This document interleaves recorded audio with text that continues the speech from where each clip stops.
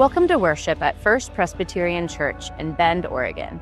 My name is Whitney, and we are so grateful you've joined us. We are a community shaped by what we call Spacious Christianity, a faith wide enough for difference, honest enough for questions, and kind enough for the full truth of our lives. Here, doubts are not disqualifiers. Questions are not threats. They're invitations into deeper faith and more authentic connection. Your story matters, and together we seek God with holy curiosity. So today, wherever you're coming from, know this: you are welcome, and your presence is a gift.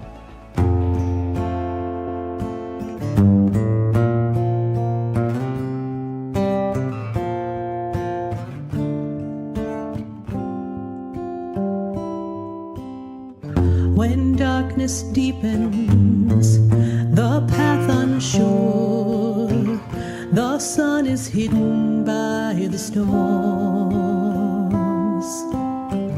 I look to heaven and cry to thee, oh God, be with me.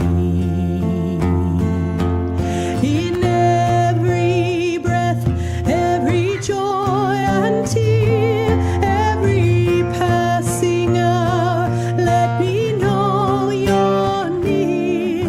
In life, in death, for eternity, oh God, be here with me. When faith is shaken, when fears surround, my feet will stand on solid ground. In every season, my song will be, oh God, be here with me. In every breath, every joy and tear, every passing hour, let me know you're near. In life, in death, for eternity, oh God, be here with me. Oh, be here with me. Oh, be here with me. Oh, be here with me.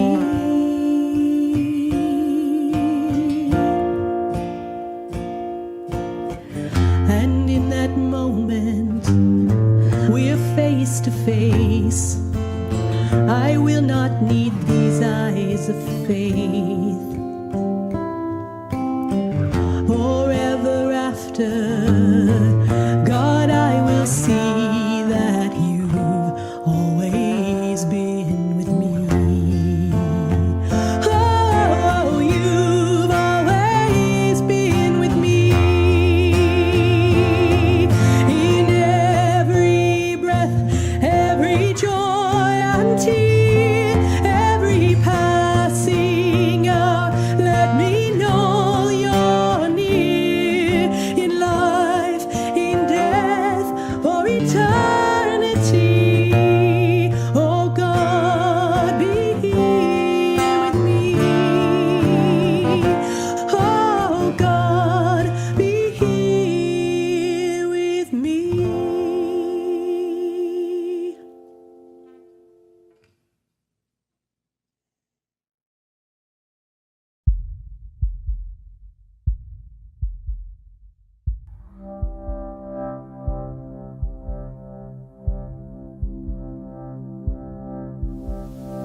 Come close, love.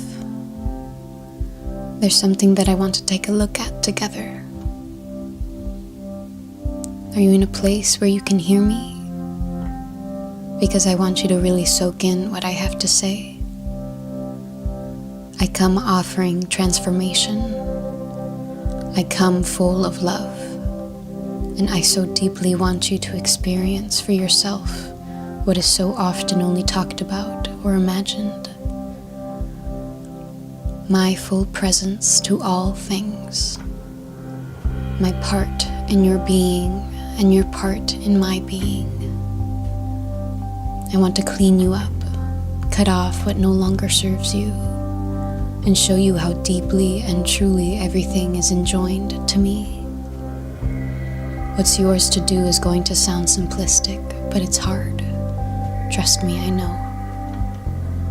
People tend to get in their own way when it comes to connection.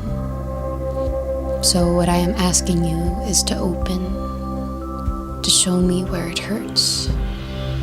Because right there is where I come in. I am meeting you sore to sore, wound to wound, to nourish you by the intimacy of my own blood and guide you into the mystery and miracle of my deep healing way.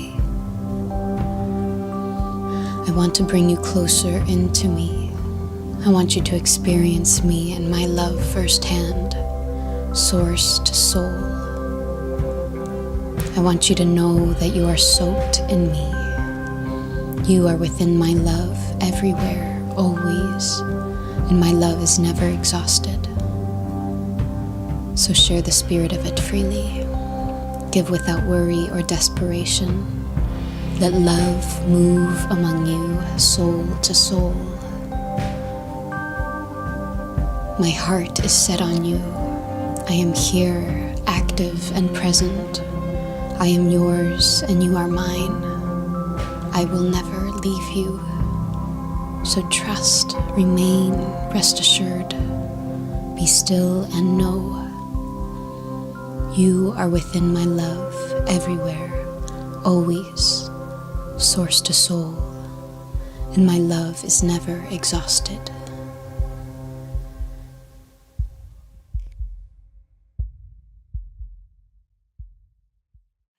I remember it like it was yesterday. I can see it in my mind's eye, and I can still feel it in my body. I was working part-time, but I was a full-time mom, wife, daughter, human. Oh, and a dog and cat mom, too.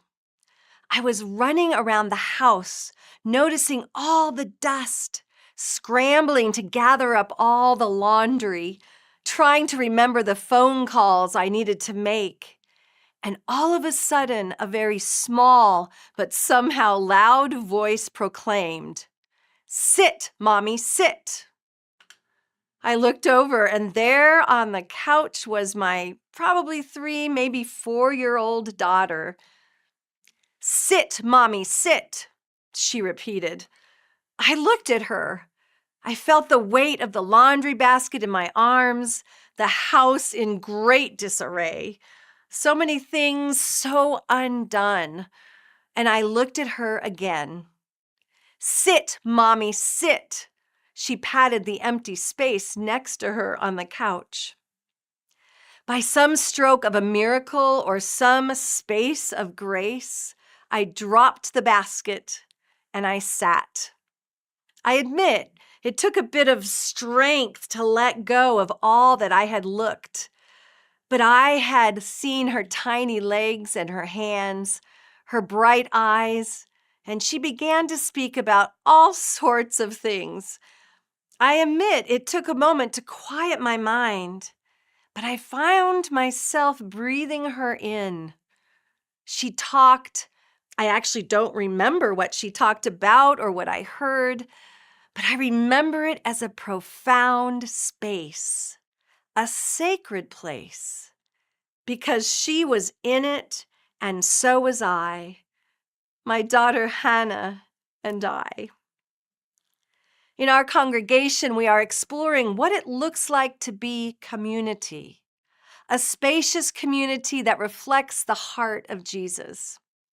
And this week, we are considering the task, the joy, the challenge of listening.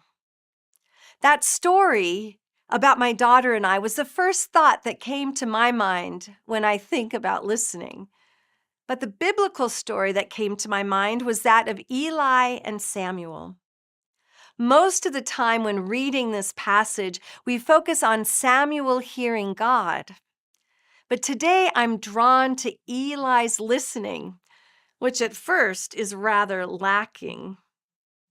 Samuel was the son of Hannah, not my Hannah, the biblical Hannah. Hannah gave Samuel to the temple after longing for a child and being given one. A young boy, Samuel, hears someone calling him in the middle of the night.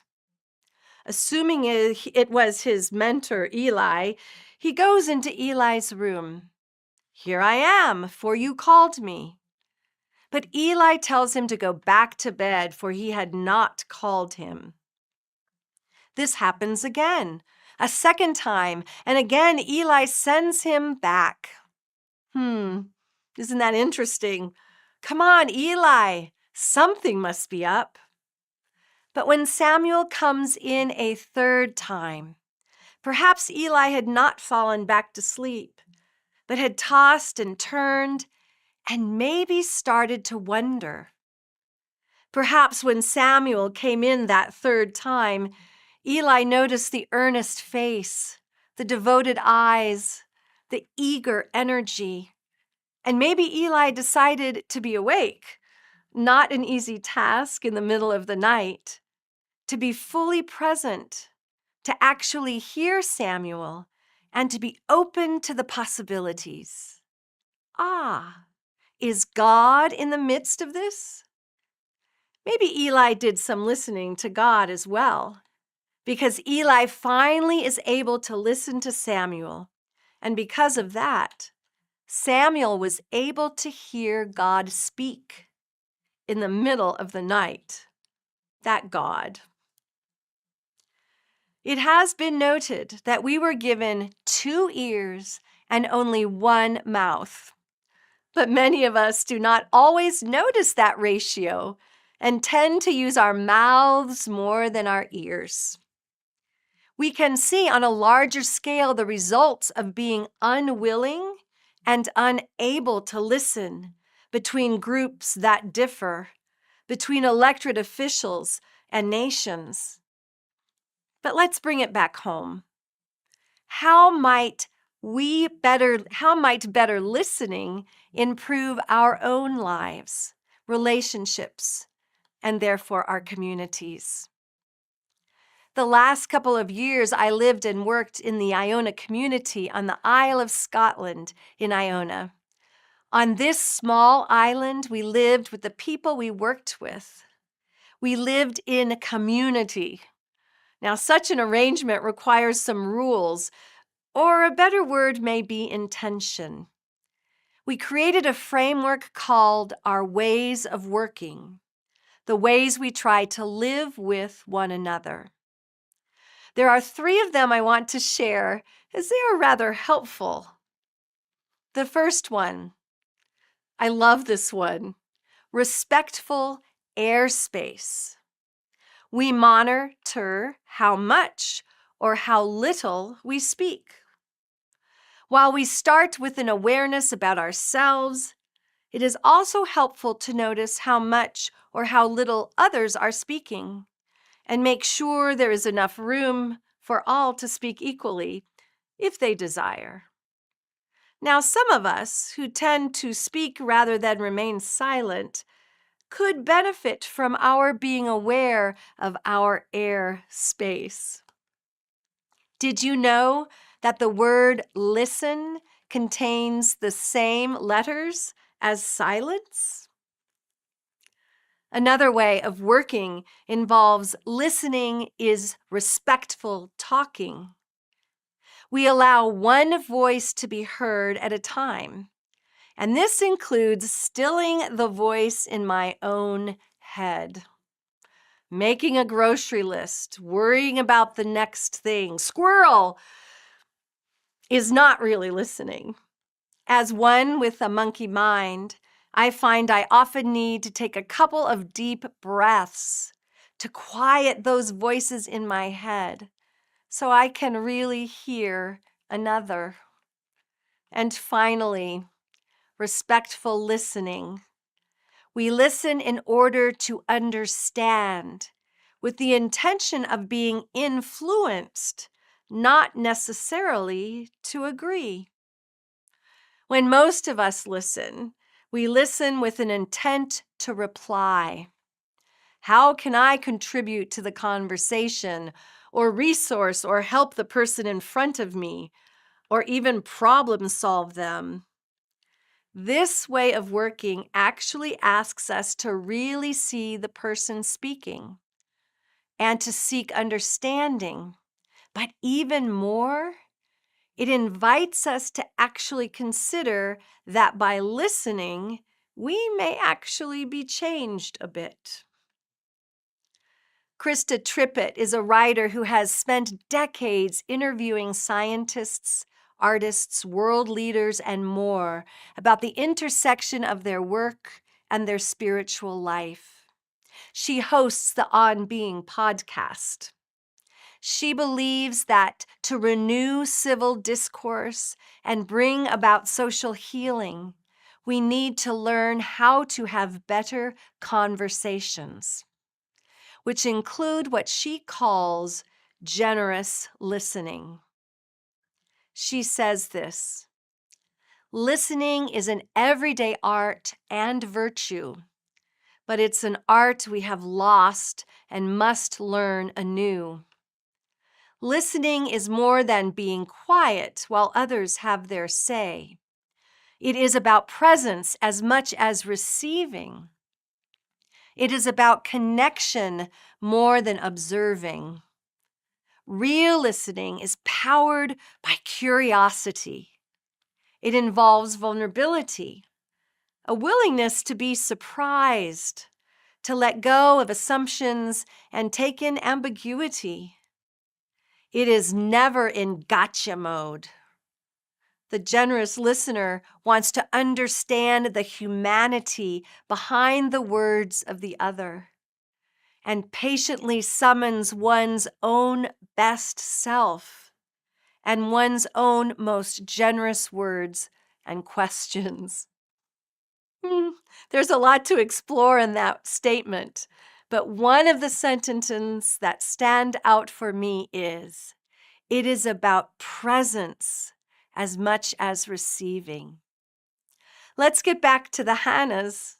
My Hannah, at the age of 4, probably was less concerned with my skilled listening than with my ability to sit and be fully present. And then Hannah's Samuel, because Eli may have had an awareness of the presence of God in the situation. He was able to hear Samuel and encourage him to respond to God. I'm wondering, what if we were to consider every conversation has holy space where God is present? Even in the hard conversations. What if, like Samuel, God is always calling to us to be here? Here I am, ready to see you and hear you in the in-between, in and amongst myself and others. How might that kind of being shape a better world? How about we start practicing this way of being with those we know and even those we strive to love? Thich Nhat Hanh, a global spiritual teacher, has said this: the most precious gift we offer anyone is our attention. When mindfulness, being fully in the present, embraces those we love, they blossom like flowers. Every Thursday, members of our congregation bring a meal to a place where medically challenged folks live. The residents have the ability to cook simply for themselves, so the food really isn't the purpose, as helpful as it is. The purpose is simply to connect, to listen, and by our presence communicate they are valued and loved. And that gift goes both ways. Let us work together to change the world with one generous, loving, listening, present conversation at a time. We need it, and so does the world.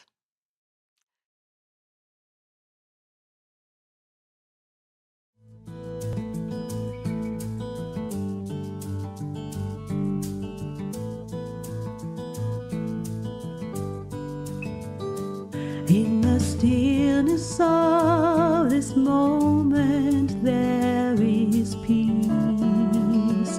There is peace. In the stillness of this moment, there is peace.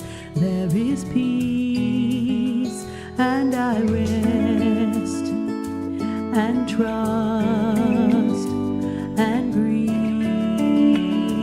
and know that in the stillness of this moment there is peace.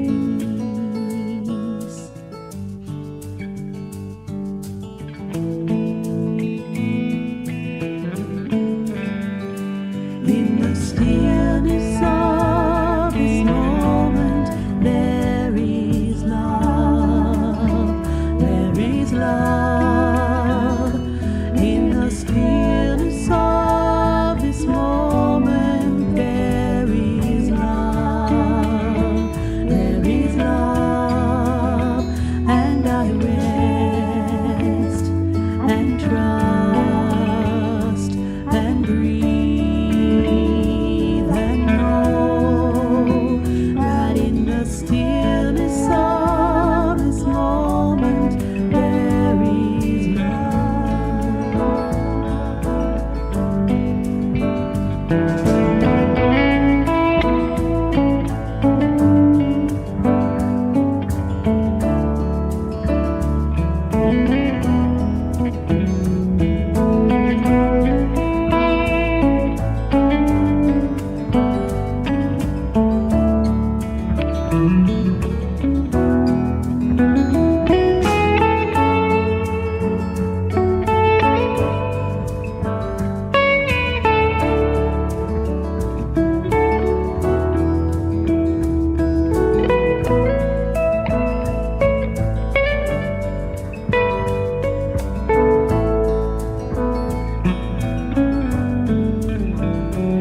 in the stillness of this moment, I am peace.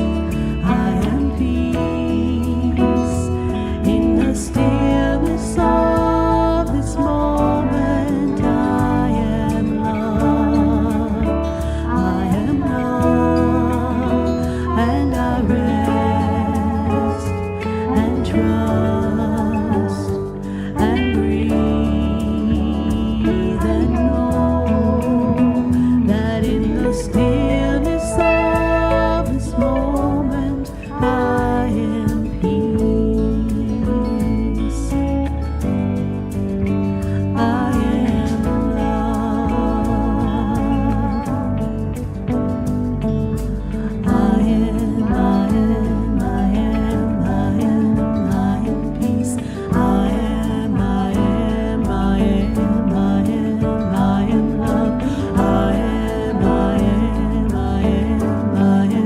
I am peace. I am love.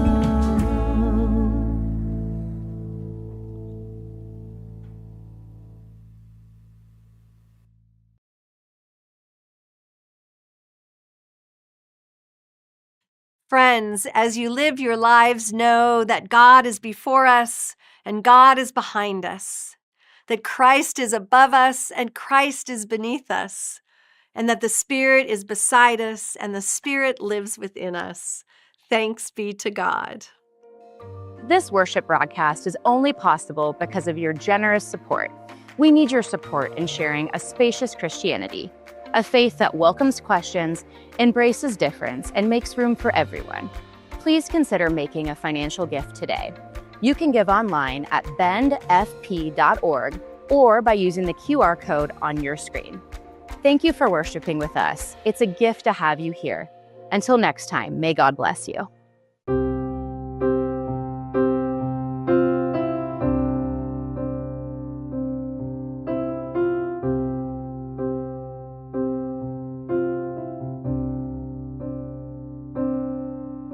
Amazing grace, how sweet the sound that saved a wretch like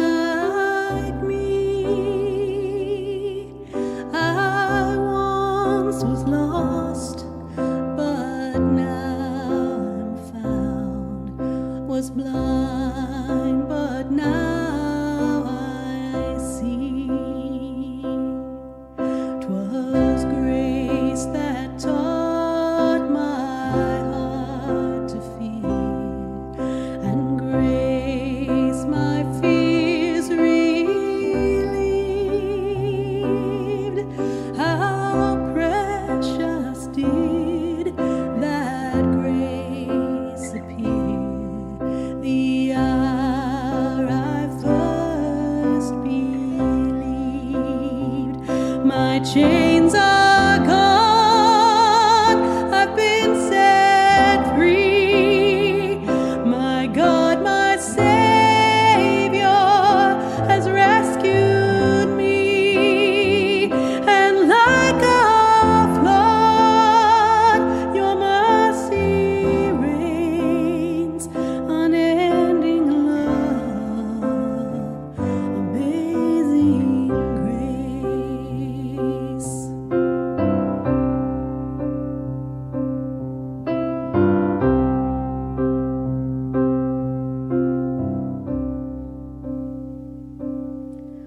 Oh Lord, you've promised good to me. Your word my hope secures. You will my shield and portion be, as long as life endures. My chains are gone, I've been set free. My God, my Savior has rescued me. And like a flood, your mercy reigns, unending love, amazing grace. My chains are gone, I've been set free. My God, my Savior has rescued me.